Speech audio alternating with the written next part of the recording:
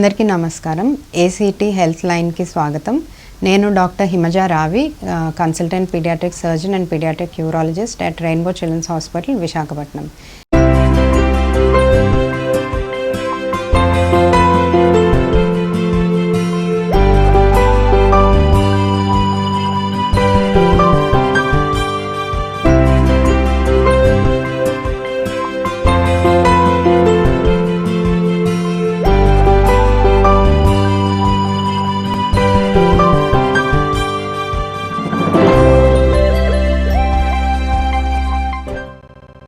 ఇవాళ మనం paediatric surgery డేని సెలబ్రేట్ చేస్తున్నాం, 29th of December.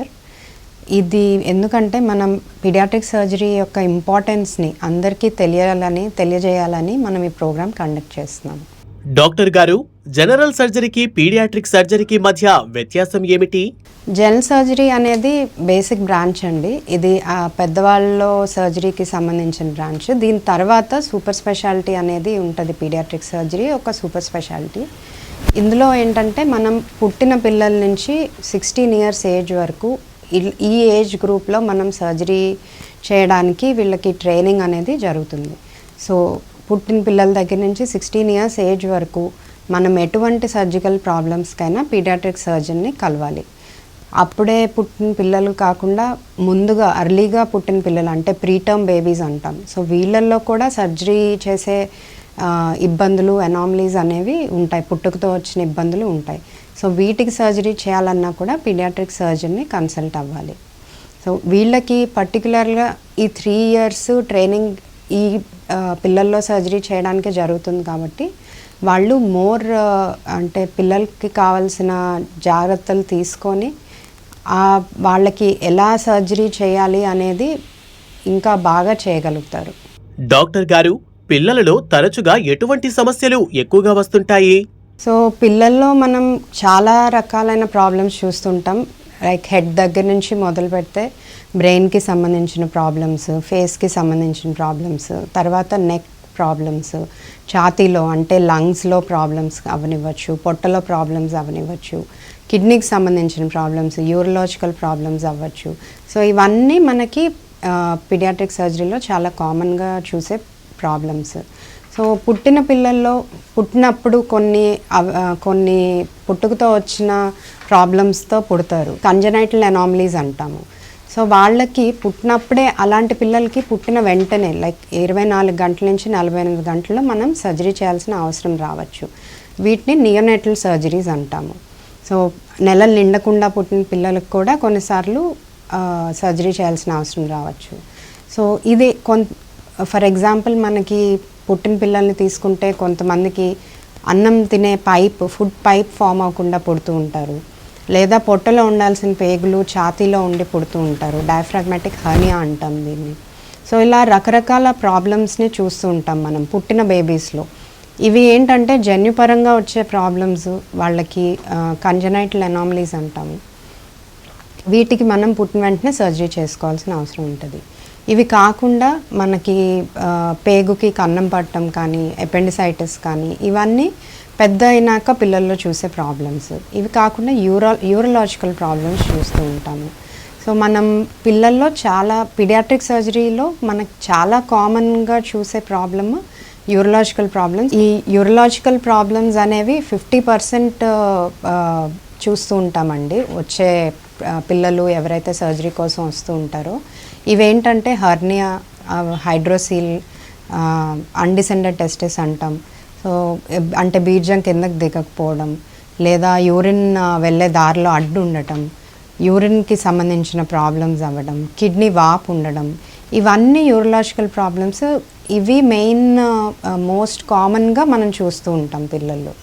సో ఇవి కాకుండా మనం కిడ్నీ పిల్లలు పొట్టలో ఉన్నప్పుడు కూడా మనం పీడియాట్రిక్ సర్జరీ కౌన్సిలింగ్ చేస్తూ ఉంటాం. పీడియాట్రిక్ సర్జన్ అనేవాళ్ళు పుట్టక ముందే బేబీకి ఏదన్నా కిడ్నీలో వాపు ఉందని తెలిసినా, ఏమైనా అవయవ లోపాలు ఉన్నాయని తెలిసినా, ఆ ప్రెగ్నెన్సీ మనం ఎలా ముందుకు తీసుకెళ్ళాలి, మనం డెలివరీ అప్పుడు ఎటువంటి జాగ్రత్తలు తీసుకోవాలి, డెలివరీ అయిన తర్వాత మనం పిల్లలకి ఎప్పుడు సర్జరీ చేయాల్సి ఉంటుంది, పుట్టిన తర్వాత ఎలాంటి టెస్టులు చేయవలసి ఉంటుంది, ఇవన్నీ కౌన్సిలింగ్ అనేది మనం ప్రెగ్నెన్సీ అప్పుడే చేస్తూ ఉంటాము.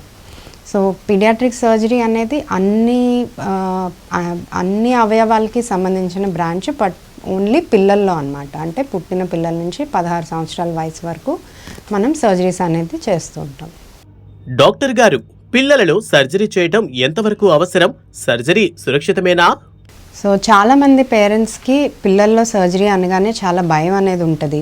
వాళ్ళకి సర్జరీ చేసిన తర్వాత ఎలా ఉంటుంది, వాళ్ళు రికవర్ అవుతారా అవ్వరా, సర్జరీ కానీ ఈ మత్తు ఇస్తే దానివల్ల ఫ్యూచర్లో ఏమైనా ప్రాబ్లమ్స్ ఉంటాయని చాలా డౌట్స్ ఉంటాయి. కానీ పిల్లల్లో ఇప్పుడు మనకి ఉన్న టెక్నాలజీ బట్టి సర్జరీ చేయడం అనేది చాలా సేఫ్. సో మనకు ఇప్పుడు కొత్తగా వచ్చిన ఎనస్థీషియా డ్రగ్స్ అవ్వనివ్వండి, లేదా మనకు కొత్తగా వచ్చిన ఎక్విప్మెంట్ అవ్వనివ్వండి, ఇవన్నీ మనకి ఏంటంటే పిల్లల్లో సర్జరీ అనేది చాలా సేఫ్గా చేయగలుగుతాము. చేసిన తర్వాత వాళ్ళ రికవరీ కూడా చాలా క్విక్గా ఉంటుంది. అండ్ వాళ్ళకి స్కార్స్ అనేవి కానివ్వండి, ఇవన్నీ చాలా బెటర్ అవుట్కమ్ ఉంటుంది. మనం పీడియాట్రిక్ సర్జన్తో చేయిస్తే ఈ అవుట్కమ్ అనేది చాలా బాగుంటుంది. ఎందుకంటే వీళ్ళకి పిల్లల్లో చేసే ప్రొసీజర్స్ ఇవన్నీ సపరేట్గా ట్రైన్ అవుతారు కాబట్టి వాళ్ళు ఆ సేఫ్టీ అనేది తీసుకొని పిల్లలకి ఇబ్బంది లేకుండా మత్తు ఇవ్వడం కానివ్వండి, లేదా సర్జరీ అవనివ్వండి, సర్జరీ తర్వాత రికవరీ అవనివ్వండి, ఇవన్నీ వాళ్ళు చాలా జాగ్రత్త తీసుకొని చేస్తారు. అదే ఇప్పుడు మనం సర్జరీ తర్వాత పిల్లల్లో యూజువలీ రికవరీ అనేది విత్ ఇన్ అ వీక్ జరుగుతుంది. అంటే జరిగే సర్జరీ బట్టి కూడా డిపెండ్ అయి ఉంటుంది.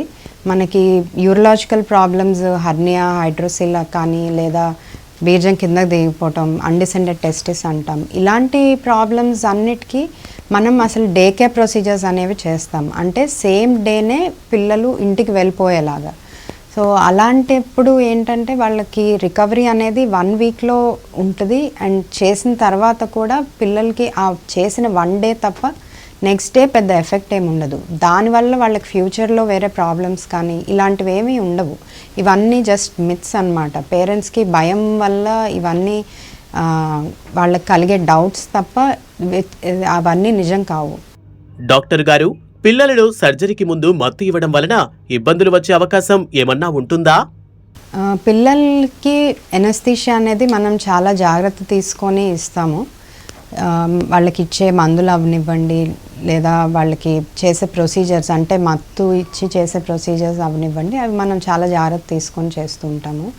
సో పిల్లలు సర్జరీ అనగానే వాళ్ళకి ఆపరేషన్ థియేటర్లోకి తీసుకెళ్ళేటప్పుడు కానీ వాళ్ళకి చాలా భయం అనేది ఉంటుంది, ఏడుస్తూ ఉంటారు. సో ఈ ట్రామాటిక్ ఎక్స్పీరియన్స్ వాళ్ళకి ఉండకుండా ఉండటానికని చెప్పి మనం ప్రీ మెడికేషన్ అనేది ఇస్తామన్నమాట.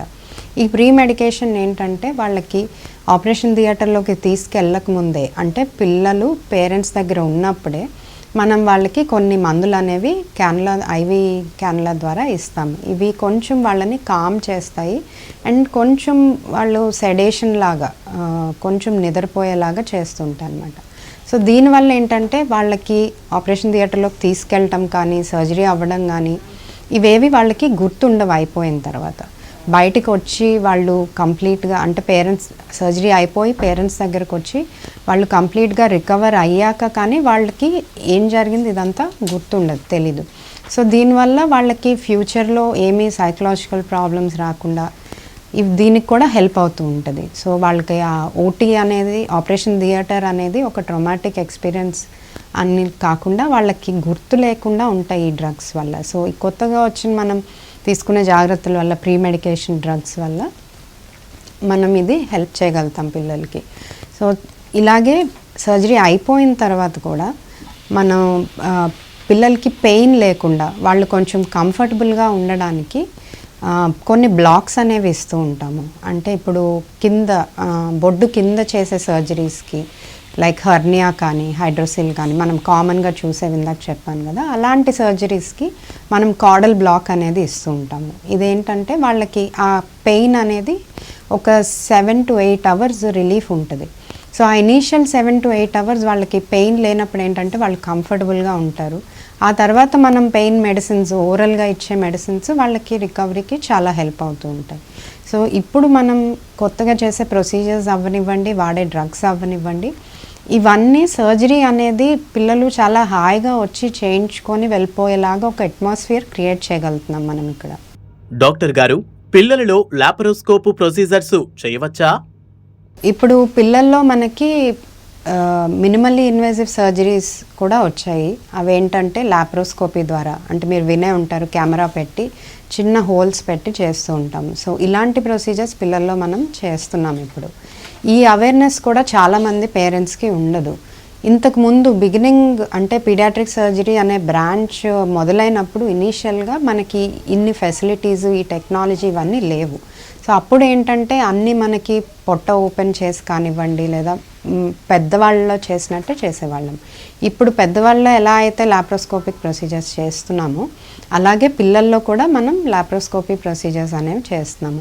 దానికి సంబంధించి చిన్న ఇన్స్ట్రుమెంట్స్ కానివ్వండి, లేదా మనకి దొరికే కెమెరా టెక్నిక్స్, ఇవన్నీ పిల్లల్లో పర్టికులర్గా వేరేగా ఉంటాయి అన్నమాట. పిల్లల్లో లాప్రోస్కోపిక్ ప్రొసీజర్స్ మనం ఎటువంటివి చేస్తామంటే, పొట్టలో ఏదన్నా ప్రాబ్లం ఉన్నా, లైక్ ఎపెండిసైటిస్కి ల్యాప్ ఎపెండిసెక్టమీ అని చేస్తాము, అంటే లాప్రోస్కోపీ ద్వారా అపెండిక్స్ తీసేస్తాము.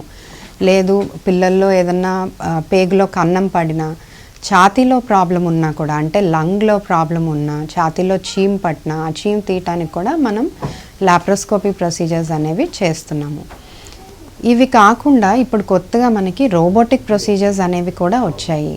ఈ రోబోటిక్ ప్రొసీజర్స్ ఏంటంటే, మీరు వింటూ ఉండుంటారు పెద్దవాళ్ళలో రోబో ద్వారా మనం సర్జరీ చేస్తున్నామని. ఇవి ఇప్పుడు మనం పిల్లల్లో కూడా చేస్తున్నాము. సో రోబోటిక్ ప్రొసీజర్స్లో మనం 3 months, అంటే పుట్టిన పిల్లల్లో చేయలేం కానీ 3 months ఏజ్ నుంచి మనం చేయొచ్చు. ఈ ఎటువంటి ప్రొసీజర్స్కి చేయొచ్చు అంటే, కిడ్నీలో ఏదైనా వాపు ఉన్నా దానికి పైలోప్లాస్టీ అంటాము, ఇవి రోబోటిక్ ద్వారా చేయొచ్చు.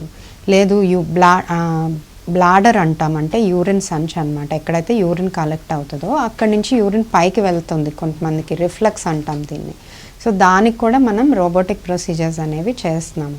సో ఇవి ఏంటంటే more advanced than laparoscopic procedures అనమాట. సో లాప్రోస్కోపిక్ ప్రొసీజర్స్లో మనకి రికవరీ అనేది ఫాస్ట్గా ఉంటుంది, పెయిన్ తక్కువ ఉంటుంది, ఇవన్నీ అడ్వాంటేజెస్ ఉంటాయి. అలాగే రోబోటిక్ ప్రొసీజర్స్లో ఏంటంటే ఇంకా మోర్ ప్రెసిషన్, అంటే జాగ్రత్తగా అక్కడ చుట్టూ ఉండే స్ట్రక్చర్స్ అవనివ్వండి, ఏవి వేటికి డ్యామేజ్ అవ్వకుండా ఓన్లీ ఆ ప్లేస్లో సర్జరీ చేయడానికి ఇంకా బాగా హెల్ప్ చేస్తుంది రోబోటిక్ సర్జరీస్ అనేవి. సో ఇటువంటి అడ్వాన్స్డ్ టెక్నాలజీస్ వల్ల మనం పిల్లల్లో చాలా సేఫ్గా ప్రొసీజర్స్ చేయగలుగుతున్నాము. పుట్టిన పిల్లల్లో కూడా, అంటే 2nd dayలో కూడా మనం లాప్రోస్కోపిక్ ప్రొసీజర్స్ చేయగలుగుతున్నాము. వీటికి సపరేట్ ఇన్స్ట్రుమెంట్స్ అనేవి ఉంటాయి, చిన్న చిన్నవి. సో ఈ అడ్వాన్స్ టెక్నాలజీ వల్ల మనం పిల్లల్లో పెయిన్ తగ్గించడానికి, తర్వాత కాస్మెటిక్గా హెల్ప్ అవ్వడానికి, రికవరీ ఫాస్ట్గా అవ్వడానికి మనం మినిమల్లీ ఇన్వేజివ్ ప్రొసీజర్స్ అనేవి చేస్తున్నాము. డాక్టర్ గారు, సర్జరీ తరువాత పిల్లలకు తీసుకోవలసిన జాగ్రత్తలు ఏమిటి? చాలామంది పేరెంట్స్కి సర్జరీ అయ్యాక పిల్లల్ని ఎలా చూసుకోవాలి అన్న దాని మీద చాలా డౌట్స్ ఉంటాయి. అంటే వాళ్ళకి ఎటువంటి ఫుడ్ పెట్టచ్చు, వాళ్ళు తిరగచ్చా, ఆడుకోవచ్చా, ఇలాంటివి చాలా డౌట్స్ అనేవి ఉంటాయి. సో సర్జరీ తర్వాత పిల్లల్లో మనం మెయిన్గా తీసుకోవాల్సిన జాగ్రత్త ఏంటంటే care of the wound.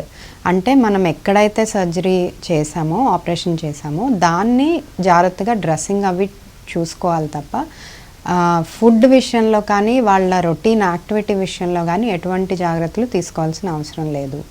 So చిన్న ప్రొసీజర్స్, అంటే మనం డే కేర్, సేమ్ డే ఇంటికి పంపించేసే ప్రొసీజర్స్ లైక్ హర్నియా, హైడ్రోసిల్, ఆర్కియోపెక్సీ అంటాము, ఇలాంటి ప్రొసీజర్స్, సర్కంసిషన్ అంటే సుంతి చేస్తాము, ఇలాంటి ప్రొసీజర్స్ చేసినప్పుడు సేమ్ డే వాళ్ళని ఇంటికి పంపించేస్తుంటాము. మార్నింగ్ చేసి ఈవినింగ్ పంపిస్తుంటాము. సో తర్వాత వాళ్ళ ఇంటికి వెళ్ళిన తర్వాత వాళ్ళు నార్మల్గా కూర్చోవచ్చు, తిరగచ్చు, తినచ్చు, అన్నీ తినచ్చు. సో ఫుడ్ రెస్ట్రిక్షన్స్ అనేవి ఏమి ఉండవు. ఇలా కాకుండా కొన్ని ప్రొసీజర్స్కి, అంటే మనం పేగులకి ఆపరేషన్ చేసినప్పుడు, పెద్ద ప్రొసీజర్స్ జరిగినప్పుడు హాస్పిటల్లోనే 4-5 days ఉండాల్సిన అవసరం ఉంటుంది. అప్పుడు మనం సర్జరీ తర్వాత 1-2 days వాళ్ళకి ఫుడ్ ఇవ్వకుండా, అంటే నిల్ ఓరల్ అంటాము, వాళ్ళకి వాటర్ కూడా ఇవ్వకుండా ఒక 24 hours ఉంచాల్సిన అవసరం ఉంటుంది. అప్పుడు ఏంటంటే మనం సెలైన్ పెడతాము, క్యానులా ద్వారా వాళ్ళకి కావాల్సిన న్యూట్రిషన్ అంతా పంపిస్తూ ఉంటాము. సో ఇలా మనకి రికవరీ, హాస్పిటల్లో రికవరీ అంతా అయిపోయి ఇంటికి వెళ్ళాక మనం జాగ్రత్తగా చూసుకోవాల్సింది ఏంటంటే పుండు ఎలా మానుతుంది అనేది ఒక్కటే మనం జాగ్రత్తగా చూసుకోవాలి. అది కాకుండా పిల్లలు ఆడుకోవటం కానీ, తిరగడం కానీ, లేదా వాళ్ళ ఫుడ్ ఇవి కానీ మనం రెస్ట్రిక్ట్ చేయాల్సిన అవసరం లేదు. ఇప్పుడు పుండుకు తీసుకోవాల్సిన జాగ్రత్తలు ఏంటంటే, మనం బాత్ ఇవ్వచ్చు అంటే బాత్ చేయించి నీట్గా అది డ్రై చేసేసి ఆయింట్మెంట్ అప్లై చేసి వదిలేయాలి ఓపెన్గా. పుండు మీద కాటన్ పెట్టడం కానీ ఇవన్నీ చేయకూడదు, ఎందుకంటే ఆ కాటన్ అక్కడ అంటుకుపోయి దానివల్ల ఇన్ఫెక్షన్ వచ్చే ఛాన్సెస్ కూడా ఉంటాయి. సో అలా కాకుండా ఇప్పుడు యూరిన్ సుంతి చేసామనుకోండి, యూరిన్ వెళ్ళే దగ్గరే ఆపరేషన్ చేసి ఉంటాము, అక్కడే కుట్లు కూడా ఉంటాయి. సో అవి కూడా ఏంటంటే టచ్ చేయకుండా మనం నీళ్ళు వేయకూడదు అని చాలామంది క్లీన్ చేయకుండా దానిపైనే ఆయింట్మెంట్ రాసేస్తూ ఉంటారు మళ్ళీ. సో అలా చేయకూడదు. మనం క్లీనింగ్ అనేది ప్రాపర్గా చేసుకోవాలి, బాత్ ఇవ్వాలి. ప్రతిసారి ఆయింట్మెంట్ రాసే ముందు పుండు అనేది శుభ్రంగా క్లీన్ చేసుకొని అప్పుడు ఆయింట్మెంట్ అప్లై చేయాలి. ఈ క్లీనింగ్కి మనకి కావాల్సినవన్నీ మెడికల్ షాప్లో దొరుకుతాయి. గాజ్ పీసెస్ అవనివ్వండి, బెటడిన్ సొల్యూషన్, మీ పీడియాట్రిక్ సర్జన్ ఏది అడ్వైస్ చేస్తే అలా ఆ పుండుని క్లీన్ చేసుకోవాలి. అండ్ అది ఎలా మారుతుంది అనేది మీకు చూస్తుంటే తెలుస్తుంది అనమాట. ఇది జాగ్రత్త తప్ప వేరే విధంగా ఎటువంటి పిల్లల్ని మనం మూమెంట్ రెస్ట్రిక్ట్ చేయడం కానీ, ఇలా బెడ్ రెస్ట్ ఇవ్వాలి వాళ్ళకి, ఇలాంటివి ఏమీ చేయాల్సిన అవసరం లేదు.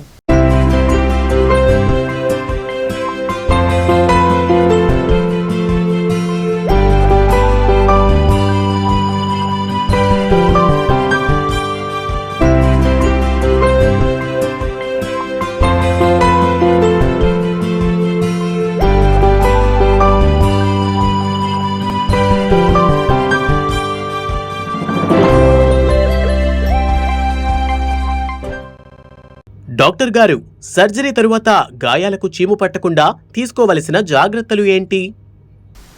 సర్జరీ తర్వాత కొన్నిసార్లు మనకి వూండ్స్ అనేవి ఇన్ఫెక్ట్ అవుతూ ఉంటాయి కొంతమందికి. సో ఆ అది కొన్నిసార్లు మనం చేసిన ప్రొసీజర్ వల్ల అవ్వచ్చు.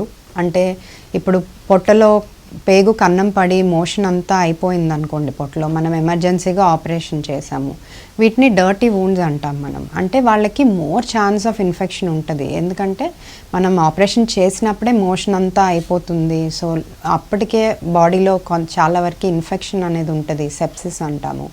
సో ఇలాంటి పిల్లల్లో అప్పటికి 3-4 డేస్ నుంచి ఫుడ్ సరిగ్గా తీసుకోకపోవడం, న్యూట్రిషన్ సరిగ్గా లేకపోవడం, ఇలాంటి పిల్లల్లో మనం వూండ్ ఇన్ఫెక్షన్ అనేది చూస్తూ ఉంటాము. ఇలా కాకుండా రొటీన్గా మనం చేసే ప్రొసీజర్స్లో, నేను ఇందాక చెప్పినట్టు డే కేర్ ప్రొసీజర్స్లో మనకి వూండ్ ఇన్ఫెక్షన్ వచ్చే ఛాన్సెస్ చాలా తక్కువ, ఆల్మోస్ట్ లైక్ 0% ఉంటుంది. హర్నియా కానీ, హైడ్రోసిల్ కానీ, యూరలాజికల్ ఇష్యూస్ అంటే కిడ్నీకి సంబంధించిన ప్రాబ్లమ్స్ దేనివల్ల అయినా మనం ఆపరేషన్ చేస్తే దానికి వూండ్ ఇన్ఫెక్షన్ అనేది ఉండదు. ఓన్లీ మనకి పొట్టలో వచ్చే ఇబ్బందుల వల్ల ఆపరేషన్ చేసినప్పుడే వూండ్ ఇన్ఫెక్షన్ అనేది చూస్తూ ఉంటాం. అంటే ఎక్కడైతే మోషన్ వల్ల పుండు దగ్గర మోషన్ వస్తుందో, లేదా మోషన్ ఆల్రెడీ లీక్ అయ్యి మనం ఆపరేషన్ చేస్తే, ఇలాంటి వాళ్ళల్లో మనకి చీము పట్టే ఛాన్సెస్ ఆల్మోస్ట్ 20% వరకు ఉంటాయి. సో వీళ్ళకి మనం తీసుకోవాల్సిన జాగ్రత్తలు ఏంటంటే, యాంటీబయాటిక్స్ మంచివి ఇవ్వాల్సి ఉంటుంది. ఆపరేషన్ అయిపోయిన తర్వాత ఎక్కువ రోజులు సెలైన్ ద్వారా యాంటీబయాటిక్స్ ఇవ్వాల్సిన అవసరం ఉంటుంది. ఆ తర్వాత వాళ్ళ ఇంటికి వెళ్ళాక కూడా ఓరల్గా యాంటీబయాటిక్స్ వాడాల్సిన అవసరం ఉంటుంది. అంటే ఎక్కువ రోజులు మనం యాంటీబయాటిక్స్ అనేవి ఇవ్వాల్సిన అవసరం ఉంటుంది. ఆ పుండు మానడానికి మనకి హెల్ప్ అవుతుందన్నమాట. ఇలా కాకుండా కొంతమంది పిల్లల్లో మనం న్యూట్రిషన్ అనేది సరిగ్గా ఉండదు. సో వాళ్ళని మాల్ నరిష్ చిల్డ్రన్ అంటాము. అంటే వాళ్ళ వయసుకి ఉండాల్సిన బరువు ఉండకపోవడం, వెయిట్ తక్కువ ఉండడం, ఇలాంటి పిల్లల్లో ఏంటంటే మనం ఎంత జాగ్రత్త తీసుకున్నా కొన్నిసార్లు వూండ్ అనేది ఇన్ఫెక్ట్ అయ్యే అవకాశం ఉంటుంది. డాక్టర్ గారు, సర్జరీ తరువాత ఎన్ని రోజుల వరకు డాక్టర్ను సంప్రదిస్తూ ఉండాలి? సర్జరీ అయిపోయాక, పిల్లలు ఇంటికి వెళ్ళిపోయాక యూజువలీ ఫాలో అప్ అనేది మనం చేసిన ప్రొసీజర్ బట్టి డిపెండ్ అయి ఉంటుంది. చిన్న ప్రొసీజర్స్, డే కేర్ ప్రొసీజర్స్, వీటన్నిటికీ ఏంటంటే 1 వీక్లో మనం ఫాలో అప్కి రమ్మంటాము. ఆ తర్వాత ఒక 1 మంత్ ఫాలో అప్. ఈ 1 మంత్ తర్వాత మనం ఇంకా ఫాలో అప్ చేయాల్సిన అవసరం ఉండదు డే కేర్ ప్రొసీజర్స్కి. కొన్ని ఇబ్బందులు ఉంటాయి మనకి, కిడ్నీకి సంబంధించిన ఇబ్బందులు, యూరిన్ వెళ్ళే దారిలో అడ్డు ఉండటం కానివ్వండి, యూరిన్ పైకి వెళ్ళడము, లేదా కిడ్నీ వాపు ఉండటము, ఇలాంటి పిల్లల్లో ఏంటంటే మనం ఎక్కువ రోజులు వాళ్ళని ఫాలోఅప్ చేయాల్సిన అవసరం ఉంటుంది. అంటే వాళ్ళలో ఎదుగుదల ఎలా ఉంది, కిడ్నీ ఫంక్షనింగ్ ఎలా ఉంది, అంటే పిల్లలకి ఆల్మోస్ట్ ఒక 10-12 ఇయర్స్ ఏజ్ వచ్చే వరకు కూడా మనం వీళ్ళని ఫాలోఅప్ చేయాల్సిన అవసరం ఉంటుంది. రెగ్యులర్గా బ్లడ్ టెస్ట్ చేయించడం, స్కాన్లు చేయించడం, ఇవన్నీ చేయాల్సిన అవసరం ఉంటుంది. ఇవి కాకుండా మనం పుట్టినప్పుడు వాళ్ళకి కలిగే అవయవ లోపాల వల్ల మనం వేటికైతే సర్జరీస్ చేస్తూ ఉంటామో వాళ్ళని కూడా ఆల్మోస్ట్ మనం 10 నుంచి 15 సంవత్సరాల వయసు వరకు ఫాలోఅప్ చేసుకోవాల్సిన అవసరం ఉంటుంది. అంటే ఎవ్రీ 6 months కానీ లేదా అట్లీస్ట్ మనం సంవత్సరంలో ఒకసారి పీడియాట్రిక్ సర్జన్ని కలిసి బేబీ ఎలా ఉంది అనే ఇవాల్యుయేషన్ చేయించుకోవాల్సిన అవసరం ఉంటుంది. ఎందుకంటే వాళ్ళకి ఫర్దర్గా అది డెవలప్ అయ్యేటప్పుడు, అంటే బేబీ పెరిగేటప్పుడు మనం చేసిన ప్రొసీజర్ వల్ల బేబీకి దాని ఎఫెక్ట్ ఎలా ఉంది అనేది మనం ఫాలోఅప్లో చూసుకోవాల్సిన అవసరం ఉంటుంది. సో వీటికి పర్టికులర్ బ్లడ్ టెస్ట్ చేయాలి, కొన్ని స్కాన్స్ చేసుకోవాలి. సో మోస్ట్లీ మనం 15 years వరకు ఫాలోఅప్ చేసుకోవాల్సిన అవసరం ఉంటుంది. కొన్ని యూరిన్కి సంబంధించిన ప్రాబ్లమ్స్లో ఎక్కువ ఎఫెక్ట్ అయ్యి బ్లాడర్లో అంటే నీరుడు సంచిలో చేంజెస్ రావడం ఇలాంటివి జరిగితే ఏంటంటే లైఫ్ లాంగ్ వాళ్ళు ఫాలోఅప్లో ఉండాల్సిన అవసరం కూడా ఉంటుంది. కొంతమందికి కిడ్నీ ట్రాన్స్ప్లాంట్ చేయాల్సిన అవసరం కూడా ఉంటుంది. సో ఇలాంటి పిల్లల్లో ఏంటంటే మనం వాళ్ళు ఉన్నంతకాలం ఆ కిడ్నీ ఫంక్షనింగ్ కానీ లేదా కిడ్నీలు ఎలా ఉన్నాయనే దాని కానీ వాళ్ళ ఎదుగుదల మీద ఏం ఎఫెక్ట్ ఉందనేది కానీ మనం లైఫ్ లాంగ్ ఫాలోఅప్ చేయాల్సిన కేసులు కూడా కొన్ని ఉంటాయి. పేరెంట్స్కి ఏంటంటే నేను ఇందాక చెప్పినట్టు ఒకవేళ చిన్న ప్రొసీజర్ అయితే వాళ్ళు వెంటనే వితిన్ 1 month ఏ ఫాలోఅప్స్ చెప్తే అవి కంపల్సరీగా తీసుకెళ్లాల్సిన అవసరం ఉంటుంది. లేదు ఇలాంటి ప్రొలాంగ్డ్ ఫాలోఅప్స్ అవసరం ఉన్న ప్రొసీజర్స్కి అయితే పేరెంట్స్ అది నెగ్లెక్ట్ చేయకూడదు. అంటే మనం సర్జరీ చేయడం ఎంత ఇంపార్టెంటో దాన్ని మనం ఫాలోఅప్ చేయడం కూడా అంతే ఇంపార్టెంట్. సో మా పేరెంట్స్ దాన్ని జాగ్రత్తగా మైండ్లో పెట్టుకొని రెగ్యులర్ చెకప్స్ చేస్తే మనం ఫర్దర్ కాంప్లికేషన్స్ తర్వాత మళ్ళీ సర్జరీ అవసరం పడే కాంప్లికేషన్స్ని అవాయిడ్ చేయగలుగుతాం. డాక్టర్ గారు, పిల్లలకు ఎంత వయసు వచ్చినప్పటి నుండి సర్జరీ చేయవచ్చు? ఇప్పుడు మనకి పిల్లల్లో కొన్ని కండిషన్స్ అనేవి ఉంటాయి. అన్డిసెండెడ్ టెస్టిస్ అంటాం, అంటే బీజం కిందకి దిగకపోవడం. హైపోస్పేడియాస్ అంటాం, అంటే యూరిన్ వెళ్ళే హోల్ కరెక్ట్ ప్లేస్లో ఉండకపోవడం. ఇలాంటి ప్రొసీజర్స్లో ఏంటంటే ఇలాంటి ప్రాబ్లమ్స్లో మనం సర్జరీ ఏ టైంలో చేస్తాము, అంటే పిల్లలకి ఏ వయసు అప్పుడు చేస్తాం అనేది చాలా ఇంపార్టెంట్. ఇప్పుడు బీజం కిందకి దిగలేదు అనుకోండి, పుట్టినప్పుడే దిగలేదు. సో ఇలాంటి పిల్లల్లో మనం 9 months to 1 year ఆఫ్ ఏజ్లో మనం సర్జరీ అనేది చేయాలి. సో ఇంతకన్నా డిలే చేస్తే మనకి అటువైపు టెస్టిస్లో ప్రాబ్లమ్స్ కానీ చేంజెస్ కానీ ఇవన్నీ జరిగే అవకాశం ఉంటుంది. సో తర్వాత మనం తెచ్చి పెట్టినా కానీ ఆ ఫంక్షనింగ్ అంత ప్రాపర్గా ఉండకపోవచ్చు. సో ఈ అవేర్నెస్ కూడా చాలామంది పేరెంట్స్కి ఉండదు. వాళ్ళకి ఏంటంటే రెగ్యులర్గా చూపించుకునే డాక్టరు దీనికి ఇంకా వెయిట్ చేయొచ్చు అని కొంతమంది పిల్లలు 7-8 సంవత్సరాల వరకు కూడా వెయిట్ చేస్తారు పేరెంట్స్ అలాగా సర్జరీ చేయించకుండా. సో మనం 7-8 years వరకు వెయిట్ చేసి అప్పుడు సర్జరీ చేయడం వల్ల వాళ్ళకి ఉపయోగం ఏమి ఉండదు దానివల్ల. ఎందుకంటే ఆ గ్రోత్ అనేది ఏదైతే జరగాలో బీజంలో టెస్టిస్లో ఆ గ్రోత్ అనేది జరగదు. ఎందుకంటే అది పొట్టలో ఉండటం వల్ల కానివ్వండి, అక్కడ ఉండే టెంపరేచర్ వల్ల దాంట్లో చేంజెస్ వచ్చి గ్రోత్ అనేది ఉండదు. సో ఇది మనకి క్లియర్గా సర్జరీ చేసినప్పుడు డిఫరెన్స్ కూడా తెలుస్తుంది. ఒకవైపు బాగా టెస్టిస్ పెద్దగా ఉంటుంది, ఇంకొక వైపు చిన్నగా ఉంటుంది. So timing of the surgery అంటే మనం ఏ వయసులో చేస్తున్నాం అనేది చాలా important. So 1 year of age వాళ్ళకి 1 సంవత్సరం వయసు నిండగానే లేదా 9 నెలల నుంచి సంవత్సరం వయసు మధ్యలో మనం ఆపరేషన్ చేయాల్సిన అవసరం ఉంటుంది.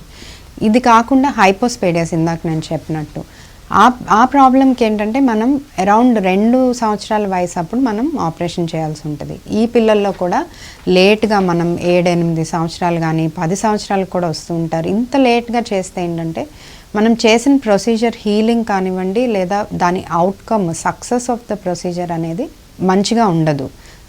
సో మనం 2 years నుంచి 4 years ఏజ్ లోపు, అంటే పిల్లలు స్కూల్కి వెళ్ళడం మొదలుపెట్టే ఏజ్ లోపు ఈ సర్జరీ అనేది మనం చేయాలి.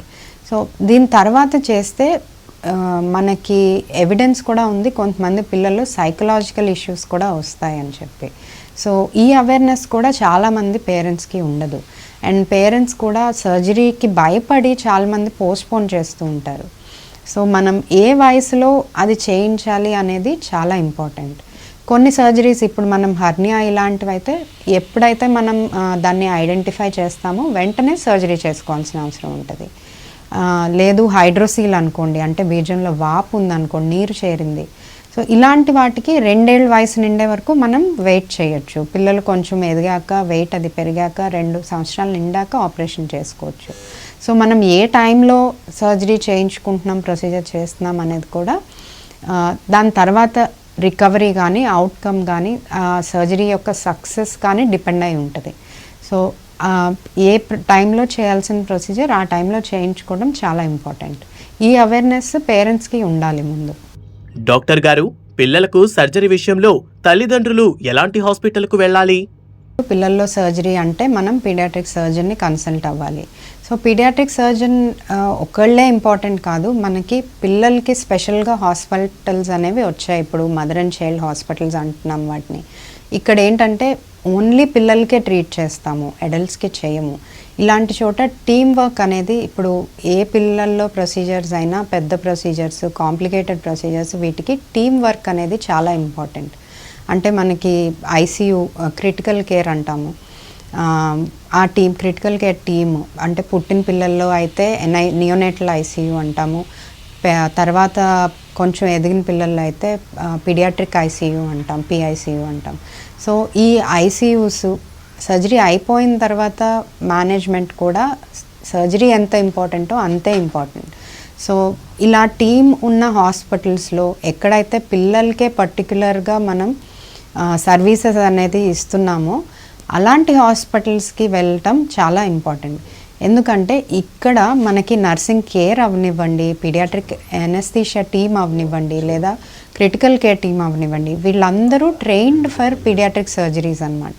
సో పీడియాట్రిక్ సర్జరీ ఒకటే కాకుండా మనకి ఇలా పీడియాట్రిక్స్ టీమ్ ఉన్నది, critical care team, paediatric anaesthesia team, nursing staff, ఎవరికైతే పిల్లల్లో పర్టికులర్గా పిల్లల్లో కేర్ తీసుకోవడానికి ట్రైన్ అయి ఉన్నారో అలాంటి హాస్పిటల్స్కి వెళ్ళడం, అలాంటి చోట మనం ప్రొసీజర్స్ చేయించుకోవడం అనేది ఇంపార్టెంట్. అవుట్కమ్ కానీ, సక్సెస్ కానీ, ఇవి చాలా రోల్ ప్లే చేస్తాయి ఆఫ్టర్ సర్జరీ.